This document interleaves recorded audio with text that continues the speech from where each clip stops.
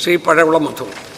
Sir, നെൽകൃഷി കേരളത്തിൽ ഏതാണ്ട് പൂർണ്ണമായി ഇല്ലാതാകുന്നൊരവസ്ഥയാണുള്ളത്. നെൽകർഷകർ നേരിടുന്ന ഏറ്റവും പ്രധാനപ്പെട്ട പ്രശ്നം സംഭരണത്തിൻ്റെ പ്രശ്നമാണ്. നെല്ല് സംഭരണത്തിലെ കാലതാമസം മൂലം ഉൽപ്പാദിപ്പിച്ച നെല്ല് മഴയും വെയിലുമൊക്കെ ആയിട്ട് നശിച്ചു പോകുന്ന ഒരു കുട്ടനാടൻ പാഴ്ചയിലും കേരളത്തിലെ നെല്ലുൽപാദന മേഖലകളിലെല്ലാം പ്രധാനപ്പെട്ട പ്രശ്നമാണ് സാർ.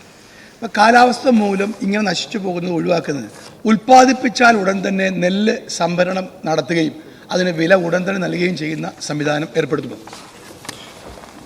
സാർ, ഇവിടെ ഈ ഇതിൻ്റെ സംഭരണത്തിൻ്റെ സമയത്ത് ഈ PRS കൊടുക്കാറില്ല. അതിപ്പോൾ യഥാർത്ഥത്തിൽ പിന്നീടാണ് അത് കൊടുക്കുന്നത്. അവരുടെ തൂക്കത്തിൻ്റെ ഒരു റെസിപ്റ്റ് മാത്രമാണ് കൊടുക്കുന്നത് എന്നുള്ളതാണ് എനിക്കറിയാൻ കഴിഞ്ഞത്. ഇപ്പോൾ ഈ സംഭരിക്കുന്ന സന്ദർഭത്തിൽ തന്നെ ഇതിൻ്റെ തൂക്കവും ക്വാളിറ്റി എല്ലാം കണക്കാക്കി PRS ഓൺ ദ ഫീൽഡിൽ തന്നെ ഇഷ്യൂ ചെയ്യാനുള്ള നടപടികൾ സ്വീകരിച്ചാൽ ബഹുമാനപ്പെട്ട അംഗം പറഞ്ഞ വിഷയങ്ങൾ കുറേ പരിഹരിക്കാൻ കഴിയും. ഒപ്പം തന്നെ ഇതിൻ്റെ ഏറ്റവും പ്രധാനപ്പെട്ട ഒന്ന് ഈ തുക കൃത്യമായി കർഷകൻ്റെ അക്കൗണ്ടിലേക്ക് എത്തിച്ചേരുക എന്നുള്ളതാണ്. അതിനുവേണ്ടിയുള്ള ഒരു സിസ്റ്റം ഏകീകരിക്കുക എന്നുള്ളതാണ് ഗവൺമെൻറ് ലക്ഷ്യം വെക്കുന്നത്.